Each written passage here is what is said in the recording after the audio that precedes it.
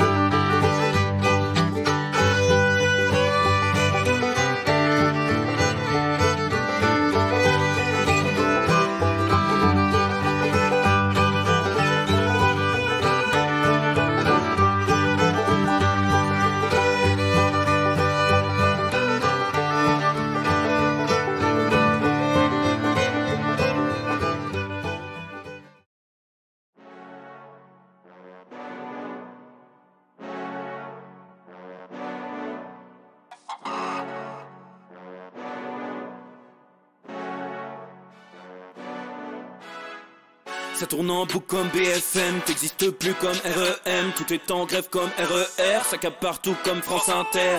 Faut pas croire tout ce qu'on dit à la télévision. Merci YouTube pour la liberté d'expression. C'est la vérité absolue, de l'info et de l'actu. Si t'as un doute sur le contenu, check les sources ou le nombre de vues. C'est la vérité absolue, de l'info et de l'actu. Si t'as un doute sur le contenu, check les sources ou le nombre de vues. Calme-toi Dimitri, la force tranquille, ça tape dans le mille. De midi à minuit, dégomme les mensonges comme des quilles. Depuis qu'il y a des séances publiques, je veux plus au cirque mais à l'hémicycle. Scandale politique et médiatique, pour rien rater il faut que tu cliques. Mec c'est Rémi, le meilleur du pire en ligne de mire. aucun parti pris, que des avis bien réfléchis. J'ai encore bourré comme un Polac, donc je pensais voir Laurent Ournal. Je crois que je suis toujours à côté de la plaque, mais en politique c'est qui est le crack. Ouais, je sais qui est le crack. Juste milieu. Je crois que je sais qui est le crack. Ça lit des kilomètres de presse pour faire un résumé express. Ça charbonne comme un chinois avec la qualité d'un bavarois. On sera en retraite après notre mort, on sera bouffé par l'inflation. Dans le doute je vais voter Voldemort pour les prochaines élections. Passe de la country à la drill sans transition. C'est pas une bonne idée de me confier cette mission. Si t'aimes pas, dégoûte pas les autres. C'est pas moi qui le dis, moi je suis le roi des pauvres. Pour réfléchir, j'ai qu'un euro, mais au moins je tomberai pas dans la fraude. Je le prononce Mittel, comme Angela Merkel. Désolé, je fais ce que je peux, je trouve ma répartie chez Lidl. Des enquêtes exceptionnelles, pas de langue de bois et de l'humour. La revue c'est juste mensuel, les vidéos c'est juste tous les jours. Ouais, c'est juste tous les jours. Juste milieu. Regarde ça tous les jours. Juste milieu. Désolé pour mon manque de répartie. Je sais même pas ce que je débite. C'est dur la géopolitique. Ou un peu comme ma... République. Ma République, non? C'est dur la République quand même, non? Ouais? Non? Ah non, c'est mou, non? Ouais, les mecs se font chier, on dirait un peu. Ouais, c'est un peu mou. Enfin, ça dépend dans quel pays. Ouais. Bah, j'y connais pas grand chose, moi. Et c'est quoi une démocratie déjà?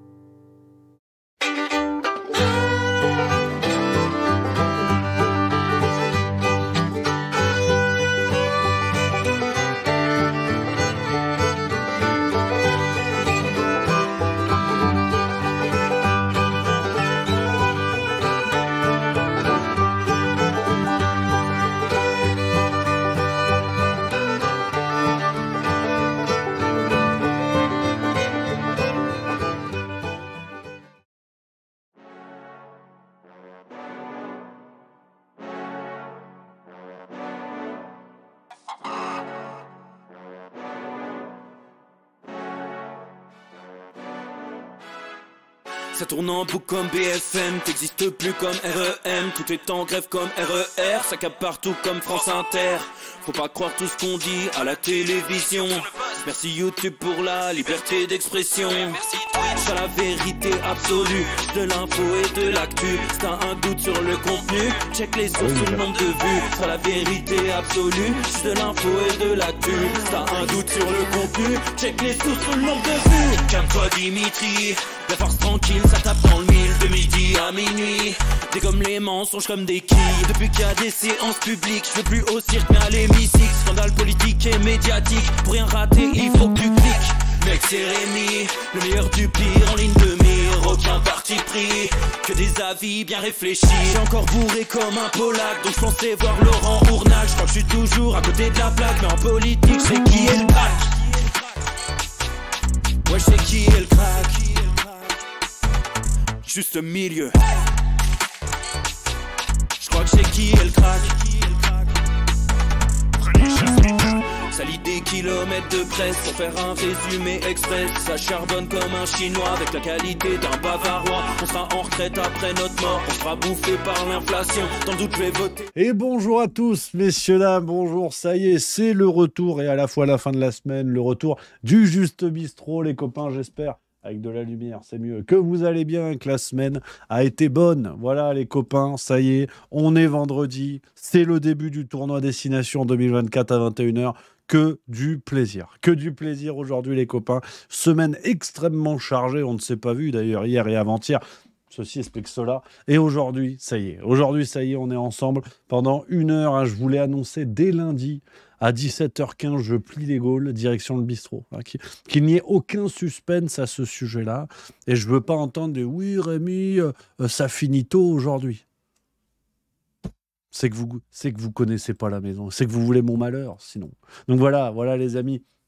Je tenais à finir la semaine avec vous quand même, évidemment les copains. On va se faire plaisir. On va se faire plaisir aujourd'hui, on va parler un petit peu rugby évidemment. Et je vous propose d'ouvrir cette émission avec quelque chose quand même d'extrêmement sérieux. Ça me semble important de commencer avec quelques réflexions un peu élevées parce que ça change, c'est vendredi. C'est la nouvelle chanson de Doc Gynéco qui s'appelle Ça colle au doigt. Je viens de voir ça sur YouTube, c'est sorti hier. Je vous propose qu'on écoute, on voit un petit peu ce que ça donne. Et bon, bah, on en reparle hein, dans quelques minutes. Apparemment, une claque musicale. On embrasse Doc Gynéco, évidemment. Merci à lui pour ce moment de plaisir. C'est la vie. C'est la vie, c'est comme ça. Mais voilà, il faut commencer le vendredi. Voilà. C'est pas moi qui choisis, c'est la vie qui nous choisit. Ça colle au doigt, c'était Doc Gynéco tout de suite sur Nibar FM. Voilà, de la musique et des Nibar. On aime évidemment. On aime la vie, je crois qu'on peut le dire. C'est très important, c'est vendredi détente, on le sait, voilà. On a un intervenant.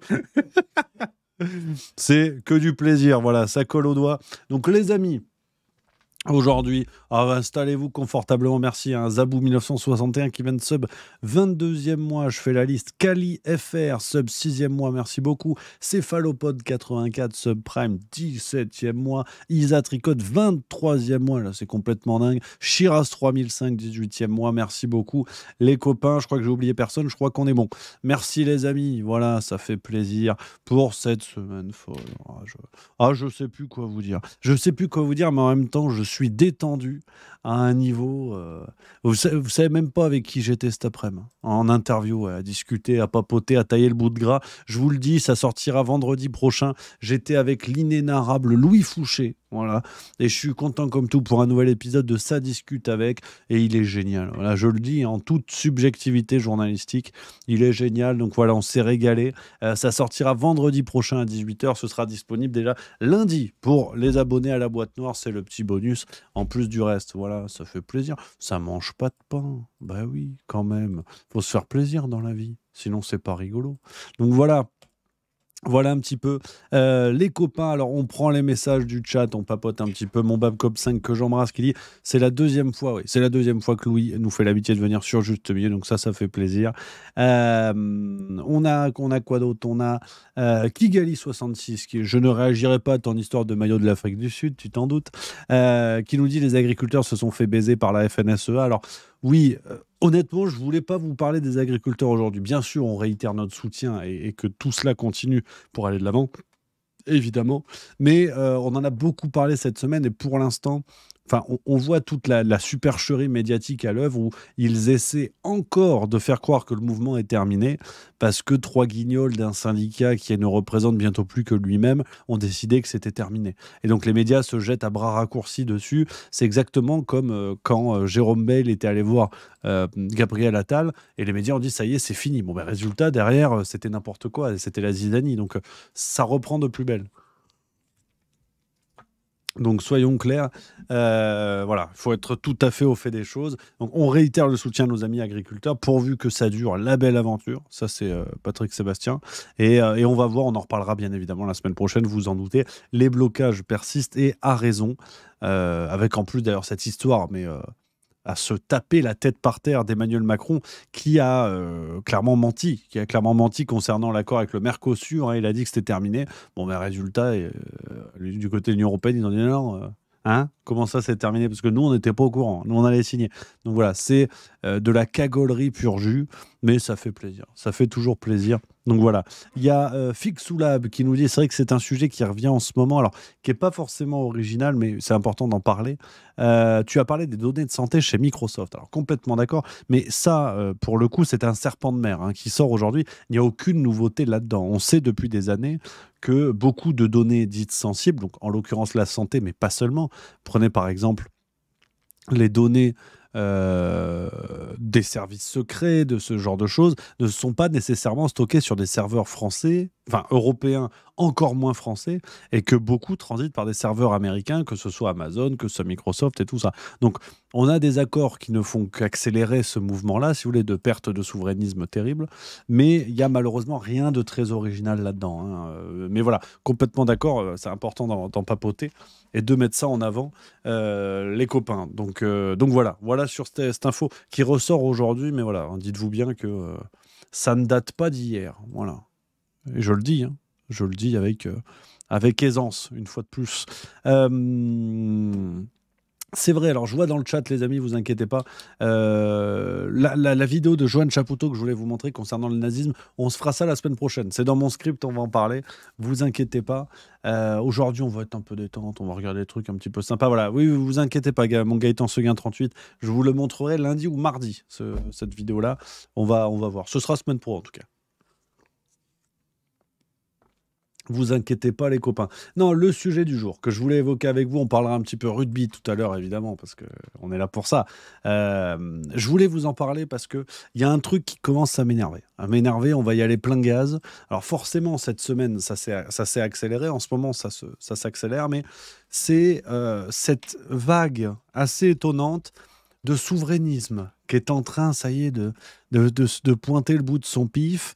Où des gens sortent du bois. Ça y est. Par exemple, on a eu Pascal Praud, tu vois. Pascal Praud, il s'est réveillé et il est en train de passer pour le lanceur d'alerte du siècle, où il révèle des trucs sur l'Union européenne. Je vous mets la séquence, c'était il y a 2 jours. Bienvenue à l'heure des pros sur Europe 1 jusqu'à 9h30, sur CNews jusqu'à 10h30. L'Europe a tué l'agriculture française et à travers l'exemple de l'agriculture, les Français découvrent les folies normatives de cette Union européenne, les dingueries écologiques et le pouvoir exorbitant de Bruxelles. Tout ça s'est fait dans le dos des Français avec la complicité, la lâcheté ou l'incompétence des gouvernements. Il y a l'agriculture, mais il y a l'énergie. Qu'est-ce que les 10% d'augmentation de l'électricité, sinon un impôt européen qui ne dit pas son nom? Et hier, de la Suède, où il est en voyage officiel, qu'a dit Emmanuel Macron? Ce serait de la facilité de tout mettre sur le dos de l'Europe. Eh bien justement si, parce qu'autrement vous n'en sortirez pas. La France est malade, l'Europe est malade, et vous avez un docteur Diafoirus qui dit « c'est dans votre tête, vous n'avez pas compris, je vais vous expliquer ». Emmanuel Macron est un européiste convaincu, un mondialiste effréné, c'est son ADN. Le réel, ce réel, n'existe pas. À marche forcée, il défendra, lui et ses amis, un modèle qui ne fonctionne pas. Le Mercosur illustre ça, il a beau dire le contraire, vous verrez, il cédera d'une manière ou d'une autre devant Ursula von der Leyen, tout en expliquant le contraire. L'Europe s'est faite sans l'accord des peuples et parfois contre eux. Ce ne sont plus des modalités du système qu'il faut revoir, c'est tout le système. Ça s'appelle renverser la table ou changer de... Voilà, donc, alors, qu'on soit bien d'accord, il y a plusieurs petites choses à dire. Tout discours allant dans ce sens est bon à prendre. Ça, je suis complètement d'accord. On va pas cracher dessus sous prétexte que c'est opportuniste. Voilà, ça a au moins le mérite d'exister. Donc au moins, c'est important de le préciser. En revanche, c'est d'une facilité déconcertante parce que ces gens-là sont mignons comme tout. Mais qui s'occupe de faire la propagande pour amener Macron au pouvoir? C'est pas les boulangers du secteur, si vous voulez. Donc, contribuer à créer un problème pour mieux le dénoncer des mois après, c'est l'une des définitions les plus pures et parfaites de la lâcheté. D'autant plus quand on dit des conneries. Parce que je suis désolé, mais quand Pascal Praud, dans un élan comme ça, souverainiste et opportuniste, choisissez le mot qui convient le plus, dit les 10% sur l'électricité, c'est un impôt européen. En plus, il dit n'importe quoi. Parce que la hausse de 10% qui a été annoncée par Bruno Le Maire il y a moins d'1 mois, c'est juste le retour d'une taxe qui existait avant. Donc, en plus, avoir ce discours-là, quitte à faire passer les souverainistes pour des abrutis qui ne maîtrisent pas leur dossier, si vous voulez, je trouve ça hautement moyen, quoi. Hautement moyen. On pourrait aussi se poser la question de l'empire, de la possibilité de l'empire Bolloré au sein du fonctionnement de l'Union européenne. Il ne faut pas oublier que CNews est détenu par ce genre de monsieur qui ne voit pas forcément d'un mauvais œil le fonctionnement de l'Union européenne et qui parvient à s'enrichir aussi grâce à tout ça. Grâce à cette ouverture aveugle des frontières, à cet encouragement permanent du néolibéralisme et du capitalisme. Enfin, on pourrait pousser la réflexion un petit peu loin, mais ça commence à m'agacer gentiment. Ça commence à m'agacer gentiment parce que là, Pascal Praud, il est mignon comme tout. Et je le redis, c'est bien de visibiliser ces discours-là, mais c'est trop facile alors que les médias ont tout fait pour les invisibiliser depuis des décennies. On peut remonter à 2005, évidemment, mais en début des années 90, avec le traité de Maastricht et tout ça, on pourrait parler de tout ça, de ces comportements médiatiques qui ont contribué à la propagande. Et aujourd'hui, les mecs se réveillent, Pascal Praud en l'occurrence, en plus en jouant aux lanceurs d'alerte, quitte à s'accaparer la cause. Et ça, c'est un truc qui m'énerve. Voilà, je le dis, hein. Je retrouverai le sourire après, mais ça me casse les pieds. Ça me casse vraiment les pieds parce que c'est de l'opportunisme assez lamentable. Et en plus, en fait, il récupère que le meilleur, quoi. Il récupère que le meilleur. Quand le vent allait dans le sens de défoncer tous les gens qui parlaient de souverainisme, nos médias étaient là. Et aujourd'hui... aujourd'hui, alors que le vent va petit à petit dans le sens du souverainisme, ces gens-là sont toujours là. Donc c'est lamentable. C'est lamentable. Donc voilà. Et pour continuer d'ailleurs sur une autre supercherie, toujours autour des questions de souverainisme et tout ça, c'est Marion Maréchal. Ouais. Enfin, Zemmour Reconquête. Parce que certains m'avaient expliqué, fut un temps, au moment des élections, quand je vous disais déjà attention, enfin, il n'y avait pas que moi, hein, qu'on soit bien d'accord, et on avait plusieurs personnes tentaient de sonner l'alerte de attention, Zemmour est un Macron pour faire plaisir aux gens d'extrême droite. Et par la même occasion, pour baisser le risque de succès électoral du RN. Rappelons quand même qu'un jour, il faudra se poser la question de savoir ce que ça aurait donné s'il n'y avait pas eu Zemmour en 2022. Est-ce que Marine Le Pen aurait gagné ? C'est une question à laquelle on n'a pas de réponse aujourd'hui. Je ne vous dis pas que ça aurait été beaucoup mieux avec Marine Le Pen, hein, qu'on soit bien d'accord. Mais j'aimerais quand même qu'un jour on se pose cette question. Est-ce que finalement Éric Zemmour n'a pas été l'idiot utile d'Emmanuel Macron, voire l'un de ses meilleurs alliés pour arriver au pouvoir ? C'est 7% Zemmour, certes, mais ça peut faire la différence. Donc j'aimerais quand même qu'on se pose cette question-là un jour. Mais ceci dit, on pouvait deviner très tôt que la ligne d'Éric Zemmour est une ligne sur laquelle n'a rien à envier, à laquelle n'a rien à envier Giorgia Meloni. C'est-à-dire, on joue au soutien du peuple pour mieux le trahir derrière et continuer la politique telle qu'elle est menée actuellement. Alors, ce qu'il faut reconnaître à Marion Maréchal, qui sera donc la tête de liste de Reconquête aux Européennes, ce qu'il faut lui reconnaître, c'est qu'au moins il ne s'en cache pas. Et alors, ils te disent tous les problèmes, ils te disent il y a plein de problèmes, il y a plein de soucis. Mais au moins, ils ne se cachent pas du tout sur le fait que tout va continuer comme avant concernant l'Union européenne. C'était ce matin sur Sud Radio. Marion Maréchal, quelle Europe voulez-vous ? Moi je veux une Europe qui n'a rien à voir avec celle de Madame van der Leyen, oui, c'est-à-dire pour moi la boussole. Bon, abandon, regardons bien les choses clairement, comme ça les choses seront claires. Abandon de l'euro, retour au franc, non. Non. Bien. Référendum sur l'appartenance de la France à l'Union européenne, oui ou non ?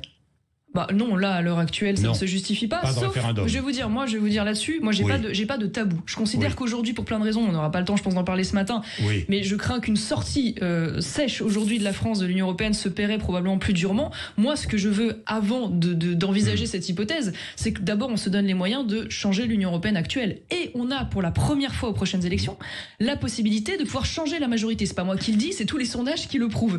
Donc, à partir du moment où on a cette option de pouvoir, avec nos amis italiens, hongrois, polonais au Parlement, suédois, finlandais et toute cette... Et français aussi. Et français, bien évidemment. Le Rassemblement national. Et avec Reconquête, pouvoir changer la majorité. Et le Rassemblement national. Commençons. Vos amis du Rassemblement national. Mes amis, en tout cas, mais des concurrents électoraux, mais des gens avec qui on a évidemment des points de convergence sur l'Europe. Vous discutez avec le Rassemblement national. Je finis juste là-dessus parce que c'est important. Non, parce que ça m'intéresse. Donc, première chose, avant d'envisager une sortie Commençons déjà par se donner les moyens d'utiliser cette troisième voie qui peut être le changement. Si au bout de quelques années, on se rend compte que malgré tous les efforts, malgré toutes les alliances, malgré le basculement à droite de l'Union européenne, on n'arrive pas à nos fins et les intérêts français sont pas défendus, faut tout mettre sur la table. Mais aujourd'hui, on n'en est pas là. Je comprends pas très bien, Marion Maréchal. J'ai vu des images d'Éric Zemmour parti à Londres rencontrer Nigel Farage, qui est l'homme du Brexit, l'homme qui a défendu ardemment le Brexit.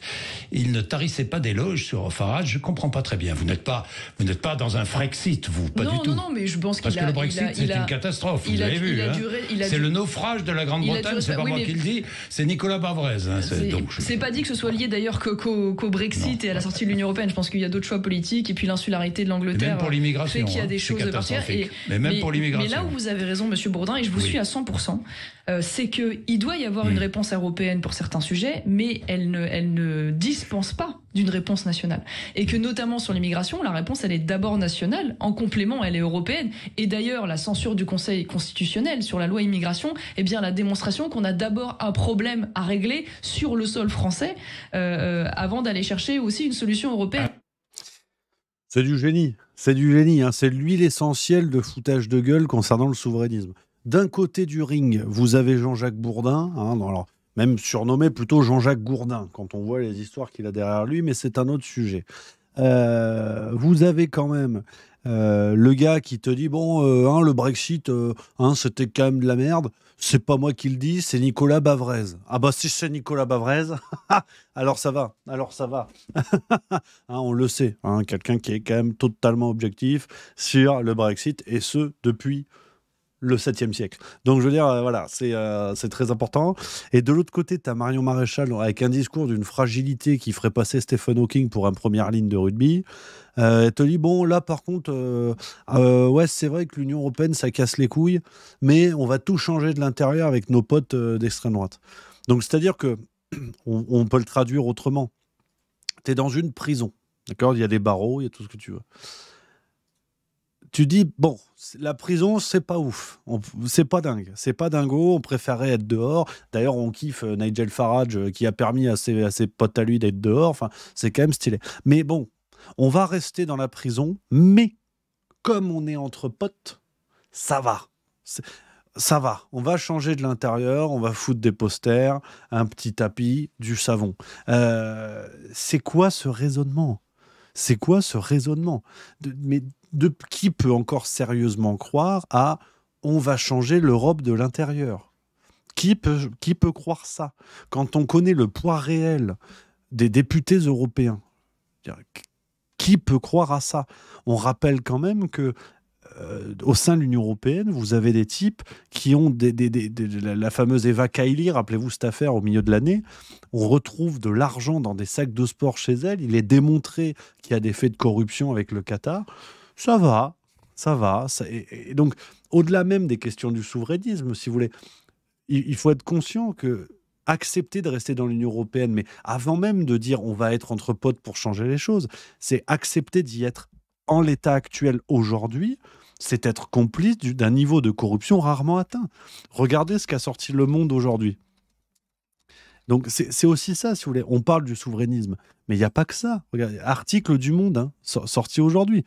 Une enquête pilotée par la plateforme d'investigation Follow the Money, conduite par un consortium de 24 médias européens, dont Le Monde révèle que près d'un quart des 704 eurodéputés actuellement en fonction ont été impliqués dans une affaire d'infraction à la loi de violation, ou de violation d'un règlement.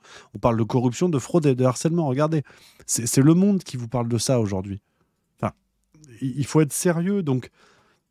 Sur la question du souverainisme, que Marion Maréchal croit encore qu'il est possible de trahir ses électeurs en disant non, mais votez pour nous parce qu'on va changer les choses, mais il faut être à l'intérieur, mais voilà. Si elle pense qu'elle peut trahir les gens façon Mélanie, ça c'est une chose.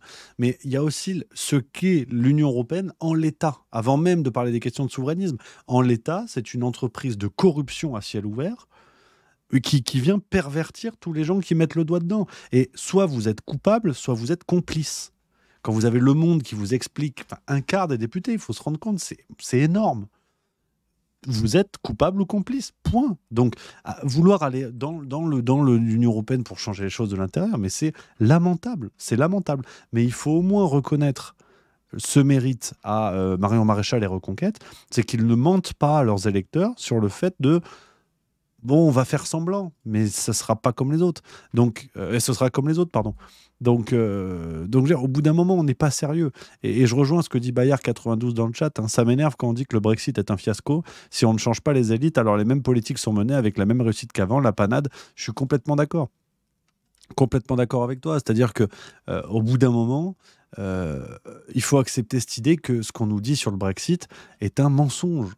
Enfin, même si c'est Nicolas Bavrez qui le dit, je veux bien, mais quand on t'explique, rappelez-vous, on en avait parlé d'ailleurs il y a environ 10 jours, quelque chose comme ça, 10-15 jours sur le Juste Bistrot, on en avait parlé, et je vous avais dit, je vous avais lu un article, mais je me demande d'ailleurs si c'est pas Nicolas Bavrez, c'était dans le Figaro, qui expliquait toutes les conséquences dramatiques comme ça du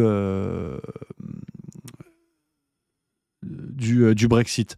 Et le mec te dit, ouais, mais vous vous rendez compte, l'inflation, la paupérisation, la destruction des secteurs sociaux, enfin des secteurs publics, pardon. Ah bon? Parce que c'est à cause du Brexit? C'est bizarre, sans Brexit, on a exactement la même. Hein. Donc c'est sidérant. C'est sidérant. Et d'ailleurs, il faut que je vous retrouve un truc, je voulais vous en parler depuis... Tu vois, j'avais noté le 20 janvier dans mon script. Parce que je note des trucs au fur et à mesure, je me dis, tiens, je vais en parler aux copains, ça va les faire marrer. Bouge pas, attends, je te récupère ça.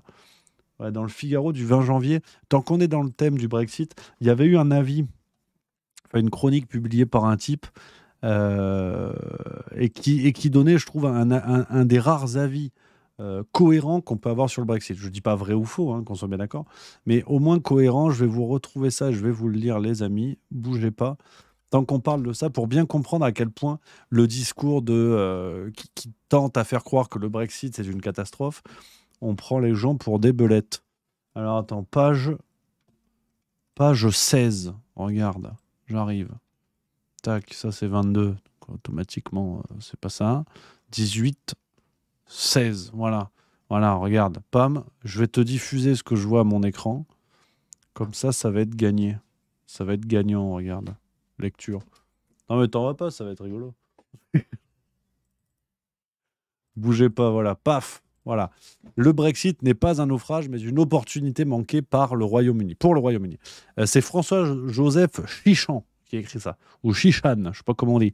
Il nous dit « Les indicateurs économiques négatifs au Royaume-Uni ne peuvent pas être attribués à la seule décision de quitter l'Union européenne », estime l'ancien diplomate. Alors, je vous lis un peu le début de l'article pour vous donner quelques éléments de réflexion et qui montrent bien que le discours dominant par rapport au Brexit est une vaste connerie. Le Royaume-Uni, comme l'ensemble du continent européen, traverse une période économique difficile qui ne peut être attribuée aux seules conséquences du Brexit. Les économies européennes ont répondu de manière différente aux chocs successifs de la pandémie, de la guerre en Ukraine et de l'intensification de la compétition économique mondiale. De nombreux politiques et commentateurs font le choix trop facile d'utiliser des indicateurs économiques négatifs pour invalider le choix démocratique du Brexit qui reste, 8 ans après, respectable et légitime. Incontestablement, la sortie du Royaume-Uni de l'Union européenne a un coût économique. Le type de relations négociées entre Londres et Bruxelles à la suite du référendum introduit des frictions commerciales qui affectent certains secteurs. Ce coût économique, c'est celui du changement structurel de l'économie britannique qui découle du choix politique effectué par les Britanniques en 2016. Ce choix a un coût, mais on ne peut pas accuser le Brexit de tous les maux. D'autant que le tableau n'est pas entièrement négatif. En 2023, le Royaume-Uni est la deuxième destination pour les investissements étrangers en Europe et ces investissements sont de meilleure qualité qu'en France et en Allemagne car ils produisent plus d'emplois. Le Royaume-Uni est un pôle de recherche de premier plan, par exemple en matière d'intelligence artificielle. La City de Londres reste indispensable à la stabilité financière du continent européen et seule une partie marginale de ces emplois a été transférée sur le continent. L'effondrement de l'économie britannique annoncé par les pro-européens au Royaume-Uni pour dissuader les Britanniques de voter pour le Brexit en 2016 n'a pas eu lieu. Donc, on peut difficilement faire plus clair, si vous voulez. Et non pas à dire que le Brexit c'était génial, non pas à dire que c'était une catastrophe, mais juste de trouver un équilibre et une analyse sérieuse en arrêtant de simplement vouloir faire peur aux gens. Et cette tribune, je voulais vous en parler parce que justement, je trouve qu'elle est bien plus nuancée que toutes les conneries qu'on peut trouver en la matière. Donc je trouve ça plutôt chouette. Je prends quelques messages du chat. Il y a MRAPS54 qui nous dit « Je redis, je vis en Angleterre depuis 2012, le Brexit 2016 et rien n'a changé à part qu'ils ont perdu énormément de main-d'œuvre car celle-ci dans le Nord et où je vis était une main-d'œuvre polonaise. Le Brexit a fait peur à ceux-ci et ici c'est une crise de main-d'œuvre à bas coût. » Donc effectivement, là encore, c'est intéressant hein, comme élément. News 2000 qui dit tout est de notre faute, on continue d'écouter, commenter ce que disent les médias et politiques alors que l'on sait qu'ils mentent. Utilisons plutôt notre temps à préparer, planifier notre libération. Oui, mais t'es mignon comme tout, mais c'est ce que. Enfin, je suis d'accord, mais c'est ce que je fais, de commenter le truc. Si je fais pas ça, ils vont être longs les Twitch. Non, mais je te taquine, mais oui, je suis d'accord. Mister McKay, en gros, ils sont dans la même merde que nous, c'est aussi une façon de le résumer. Marcel The Rock, c'est extrêmement énervant de voir à quel point tout est dit sans débat ni expertise. Comme mettant valeur sûre, on sait que, il est maintenant évident. Ouais, non, mais absolument, absolument.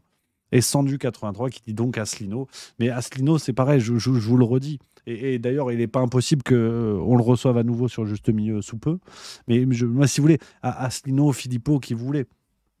Mais j'en reviens au même point. Et bien que les explications aient été données à 1001 reprises, mais je ne comprendrai jamais, quelles que soient les raisons, qu'elles soient bonnes ou mauvaises, je ne comprendrai jamais l'absence d'union entre ces gens-là. Alors après, le problème, c'est qu'on va pas tomber dans un match de foot parce que certains vont me dire oui, mais c'est Asselineau qui veut pas. D'autres vont dire oui, mais Philippot, il a tout pris à machin. Puis après, on va me dire oui, mais Dupont-Aignan, c'est machin. Enfin, je veux pas tomber là-dedans. On parle pas de football, quoi. Je veux dire, tous ces gens-là pointent du doigt l'urgence de sauver la France et la nécessité d'agir dès maintenant pour éviter la catastrophe.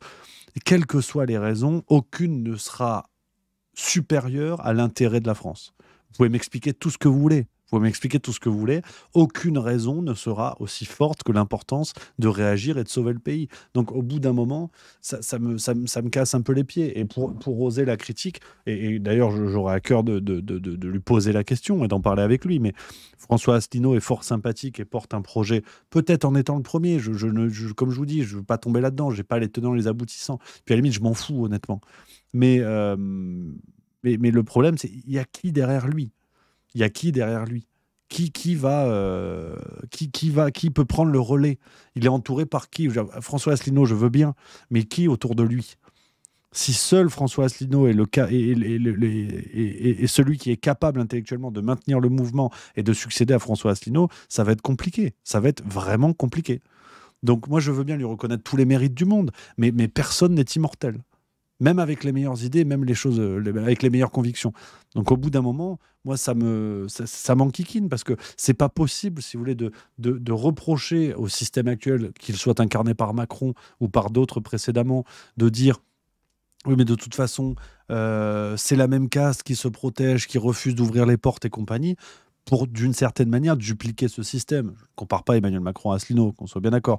Mais c'est pas sérieux, quoi. C'est pas sérieux de critiquer un entre-soi d'un côté pour répliquer la chose de l'autre. Et je trouve ça extrêmement dommage. Donc voilà, Bayard 92 qui dit Dupont-Aignan, Philippot, Charles-Henri Gallois, Kuzmanovic devraient s'allier pour les européennes.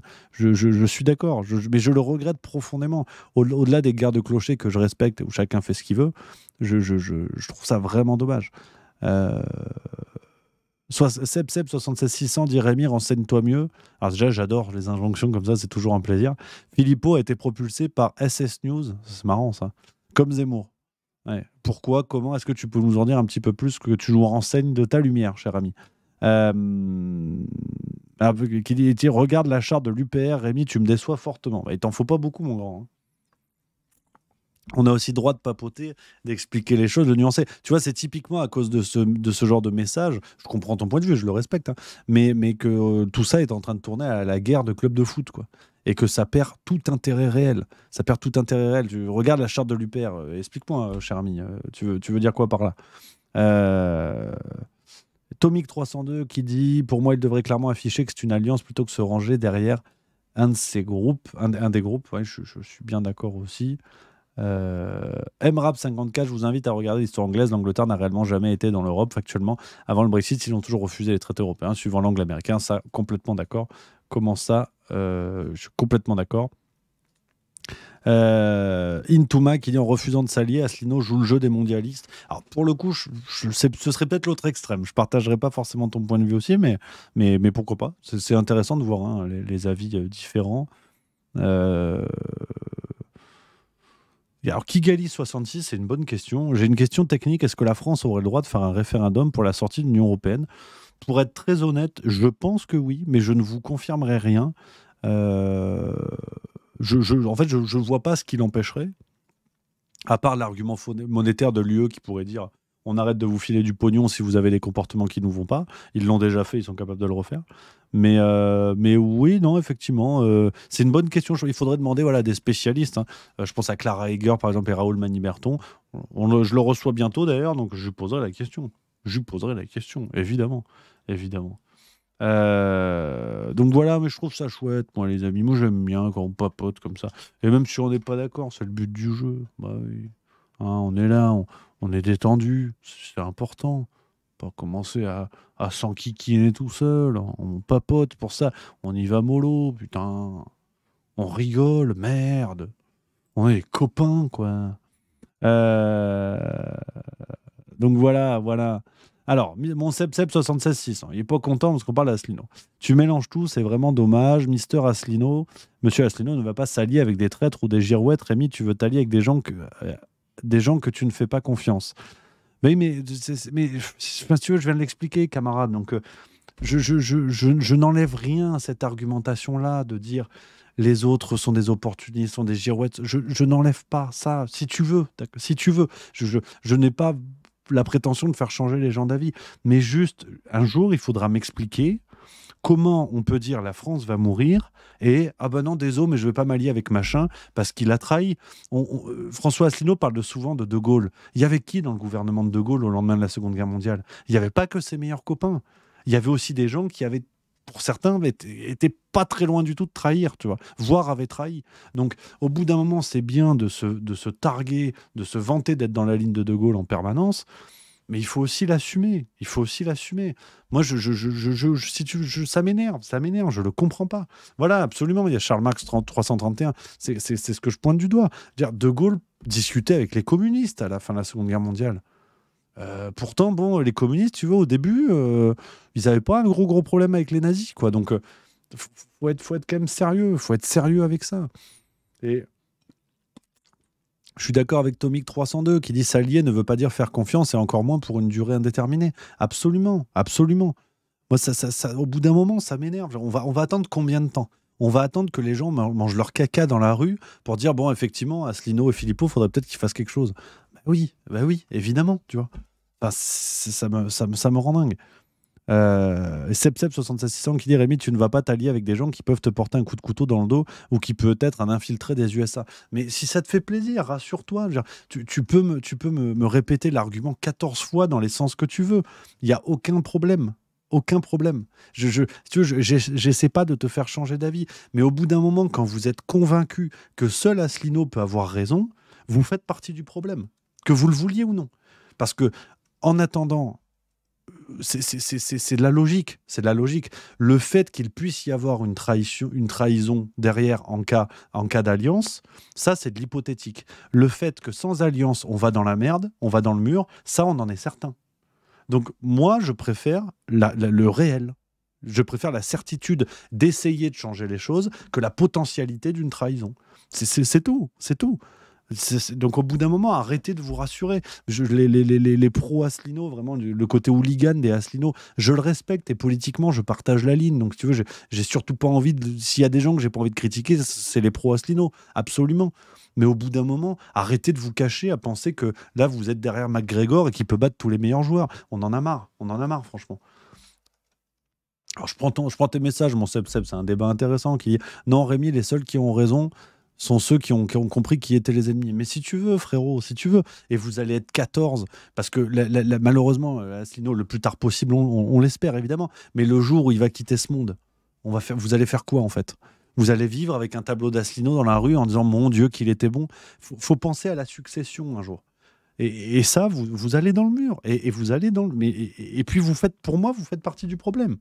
Vous faites partie du problème. Il faut arrêter de se cacher. Le danger n'est pas tout le temps des autres. Le danger ne vient pas tout le temps des autres. Et c'est hallucinant d'être en 2024 avec tout ce qu'on voit et avoir encore des gens qui me disent « Ah non, mais attends, t'imagines les autres, c'est peut-être les Américains, les je sais pas quoi, les machins. » Et si c'est le cas, au pire, vous aurez essayé quelque chose. Là, pour l'instant, vous êtes juste des gens qui sont persuadés d'avoir la solution dans leur coin.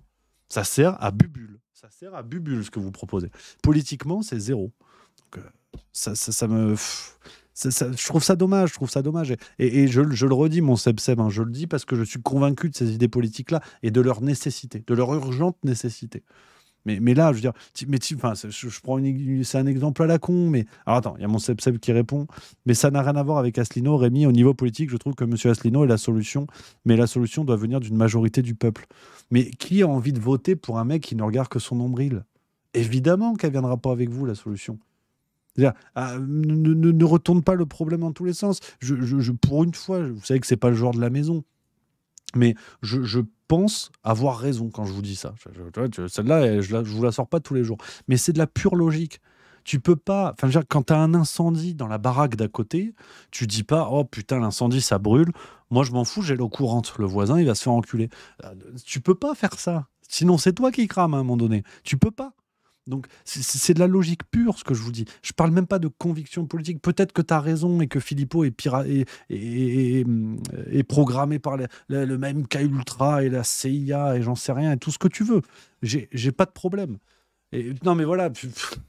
Si c'est pour finir le débat comme ça, mon Seb qui dit « Ah d'accord, donc tu aimes pas Asselineau, ok, je viens de comprendre. » Ah bah putain, qu'est-ce que c'est quand tu comprends pas les choses alors? Non mais arrête camarade. Moi demain Asselineau se présente, je vote pour lui 10 fois. Et Philippot pareil, et Dupont-Aignan pareil. Soyons sérieux. C'est trop facile de finir le débat comme ça. Tu vois ce que je te dis? On est d'accord au fond, on est d'accord. Et c'est parce qu'on est d'accord qu'à un moment donné, il faut activer cette solution-là. Parce que quand Asselineau va monter au ciel, il va rester quoi? Il va rester une armée de types persuadés que c'était Jésus-Christ. Bon, bah génial, tu vois. Non, moi, ça m'enquiquine. Ouais, franchement, ça m'enquiquine. Et c'est pour ça que je monte dans les tours, parce que là, c'est pas possible quand même. Merde. Voilà. Et puis je monte dans les tours parce que je pense qu'on va perdre ce soir aussi. Ouais. Alors, il y a Frex qui dit, et c'est intéressant, hein, désolé d'insister, mais pourquoi pas une union des youtubeurs souverainistes? Alors ça, pour le coup, j'y souscris pas parce que c'est pas mon taf. Dans une logique d'élan collectif, tout ne se résout pas par la politique, si tu veux. L'aboutissement final de ce que chacun fait, c'est pas de se présenter aux élections. À travers YouTube, à travers les revues qu'on propose, tout ça, nous, on est plus dans, comme dirait notre cher président, dans le réarmement intellectuel. C'est lui qui a dit, il fallait que les gens se réarment. Donc nous, on est sur le pan intellectuel, tu vois. Le pan des idées, le pan de la réflexion. Mais tout ne peut pas finir en candidature. Ça, je suis pas d'accord avec ça. Parce que sinon, ça mène à un moment donné, alors je prends une situation au hasard, hein, où tu as plein de candidats qui sont d'accord, mais qui refusent de s'allier parce que tout le monde est guidé par un intérêt égotique, tu vois, et égoïste. Donc non. Moi, je fais mon taf dans mon couloir, comme plein d'autres que je salue et que j'embrasse. Et ceux qui veulent aller au bout par conviction de faire de la politique, en avant, tu vois, en avant. Et mon Seb 76600 pour finir le débat qui dit tu extrapoles, il y a toujours des adorateurs mais je n'en fais pas partie, je vivais avant Monsieur Asselineau et je vivrai après, il faut arrêter de faire des généralités bidons. Bah, c'est la première fois qu'on est d'accord, c'est sur cette dernière phrase. Donc les amis, voilà ce qu'on pouvait dire sur la question du souverainisme, mais c'est chouette parce qu'il y a toujours de la vivacité dans tout ça et ça fait plaisir, voilà, parce que tant qu'on peut en papoter, tant qu'on peut réfléchir sur tout ça, on va y arriver. Merci et bonjour à Fahrenheit85 qui dit « C'est cool ce que tu dis, première fois sur Twitch, je t'ai découvert pour la farce tranquille. » Merci cher ami, ça fait plaisir. On parle de vivacité, des petits nouveaux qui rejoignent la famille, ça c'est génial. Moi j'aime, pouce bleu j'ai envie de dire. Voilà, ça fait plaisir. Non, mais c'est vrai que je m'emballe, mais parce que je suis stressé. C'est pas contre mon Seb 76600, c'est un fidèle parmi les fidèles, mais parce que dans le Juste Bistrot, parfois on s'empoigne, on s'encanaille un peu, mais on s'aime au fond. On s'aime. On finira peut-être pas sur la banquette arrière du Picasso, mais on s'aime. Ça, c'est le plus important. J'entends les réactions de fond. L'écouteur, ça... Il n'y a plus de batterie? Ouais. Bon, tu veux dire vas-y, dis des trucs. Waf. Salut. Non, je n'ai pas grand-chose à dire. Hein. Bon. Parce que d'une, y a moyen que je vois pas le rugby ce soir. Donc déjà, je n'ai pas d'avis à donner sur le match. C'est verré sur le champ. Et de deux, non, j'ai vraiment rien à dire. Si je suis un mec plat. Bon, alors qu'on préfère les formes. Chacun peut Théo. Le pronostic pour ce soir. Ah, ouais, moi j'y crois, parce que comme j'y connais rien en rugby, ou pas grand-chose, j'y crois, tu vois.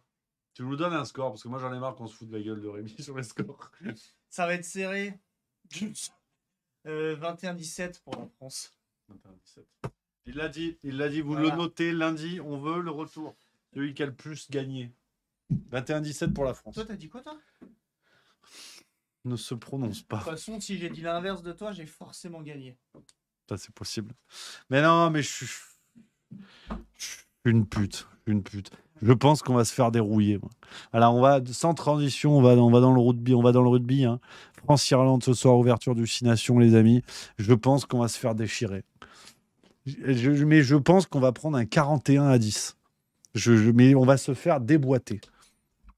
Parce que on n'a pas mesuré à quel point c'était un tremblement de terre ce qui s'est passé avec la Coupe du Monde. Alors on pouvait pas mieux en fait. On pouvait pas meilleures conditions à la baraque avec une équipe de fous, une génération de fous. On pouvait pas meilleures conditions et on s'est fait défoncer.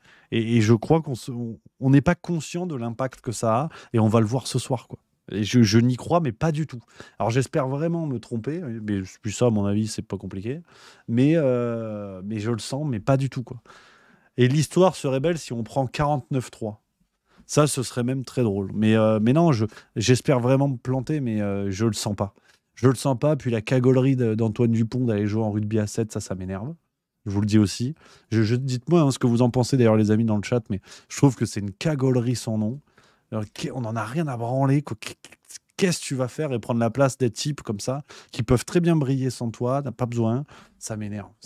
Alors, en plus, on a des absents. Il nous manque Gelon, il nous manque du coup Dupont, il nous manque Ntamak, il nous manque Meafou. Mais bon, lui, on l'avait pas avant, donc ça va. En face, il manque du monde aussi. Hein. Chez les Irlandais, il y a Sexton qui est plus là. Il manque McHansen. Il y en a 4, je crois. Il en manque 4. Peut-être pas Kaylan Dory, je sais plus. Mais on va regarder les effectifs. Voilà, on va regarder. Mais non, je le sens pas du tout. Je le sens pas du tout. Ça m'énerve. On fait des cagoleries. On n'a pas de chance parce que Gelon qui se refait les croisés, ça c'est dur. Ça c'est quand même dur. Et puis ouais. Après bon, le contexte des JO, on est à Marseille, ça c'est bien parce que ça a toujours porté bonheur à la France. Mais très bonne vanne d'Occipital qui dit moi je pense que Dupont devrait s'allier avec Asselineau. Ça c'est possible. Non, ça me fait peur. Je sais pas ce que vous en pensez, mais pareil, l'histoire du Capitana. Alors là, c'était Olivon. Après ils ont mis Dupont. Alors, j'adore Charles Olivon, donc forcément. Et là, ils mettent Aldrit. C'est mérité. Je veux dire, ils le méritent tous. Ils sont tous super forts. Aldrit, on l'adore. Et c'est un seigneur. Mais de ne pas le redonner à Olivon, je trouve que tu as un peu... je sais pas, ça m'enquiquine aussi. Globalement, je suis enquiquiné. Voilà, partez de ce principe-là. Et donc, je pense que ce soir, on va se faire désosser. Voilà.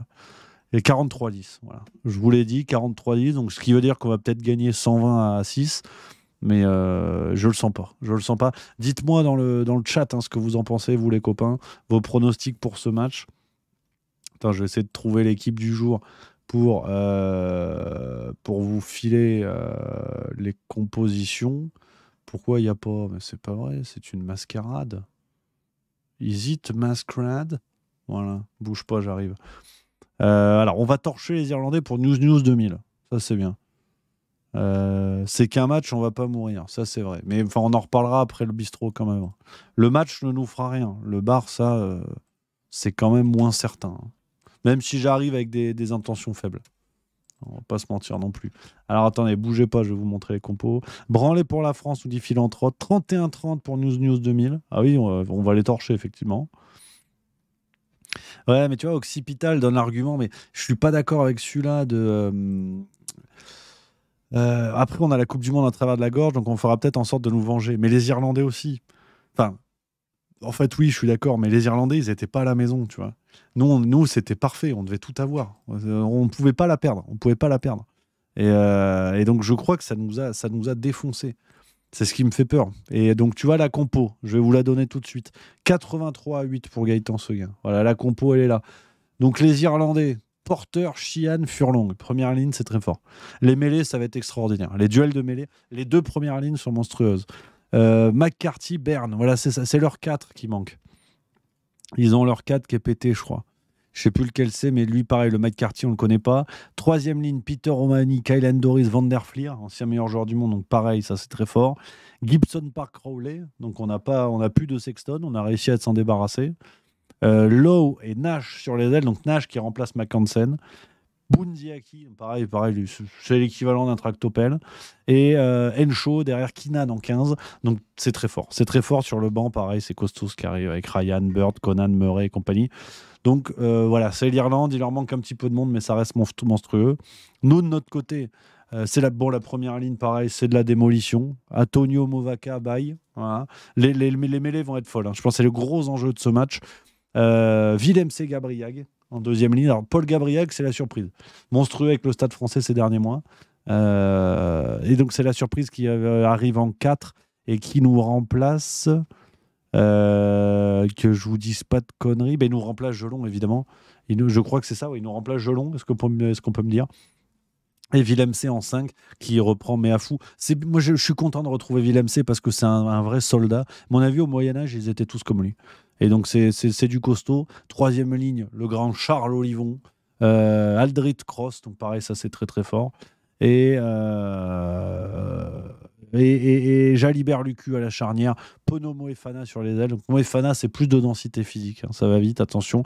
Par rapport à Biel Barré, par exemple. Ficou Danti au centre et Ramos en 15. Ça va être énorme. Ça va être énorme. Je le dis tout de suite, ça va être monstrueux. Donc, on va se régaler. On va se régaler, les amis, sur ce match. Et on va tellement se régaler que je vais filer. Je vais filer à l'anglaise, les copains, je vous l'avais dit. On fait une petite émission. Une petite émission. Et on va se retrouver lundi. On va se retrouver lundi, les copains, en pleine forme. Ça, c'est le plus important. Pour une nouvelle semaine de rigolade. Il y a beaucoup de choses qui arrivent. Déjà, qu'est-ce que je vais vous dire ? On a le Ça discute avec Louis Fouché sera vendredi prochain, donc ça fait plaisir. On a des bêtises, le jus de bistrot, ce sera tous les soirs, sauf accident, ça va être extraordinaire. Et on peut déjà vous filer une info, celle-là elle coûte cher, ça fait plaisir. Sur le spectacle, on est bon. Rendez-vous le 16 février. Voilà. 16 février, on ouvre tout. Je vous le dis tout de suite, on ouvre tout, on vous explique tout, ça va être complètement dingue. Soyez prêts, on a déjà une petite collection de dates qui est calée. On devrait commencer à promener dans différents coins, ça va être énorme. Ça va être énorme, les amis. Donc voilà, le 16 février, on vous donne toutes les infos. Soyez prêts, vous aurez le temps. Entre les premières dates, ça va être complètement fou. Voilà, je peux pas en dire plus. Je peux pas en dire plus pour l'instant. Les amis, je vous embrasse. Allez les Bleus. Ce soir, évidemment, allez le 15 de France. On espère vraiment que ça va le faire, que ça va bricoler et qu'une fois de plus, j'ai dit de la merde en prono. On verra. Voilà. Je vous ai dit quoi? J'ai dit, toi, t'as dit 21-17? Ouais, j'ai dit 43-10 pour l'Irlande. Bon, j'espère que tu auras raison. Allez les amis, je vous embrasse. Passez un excellent week-end. Allez les Bleus pour ce soir. Vive la rigolade, vive la France et à lundi.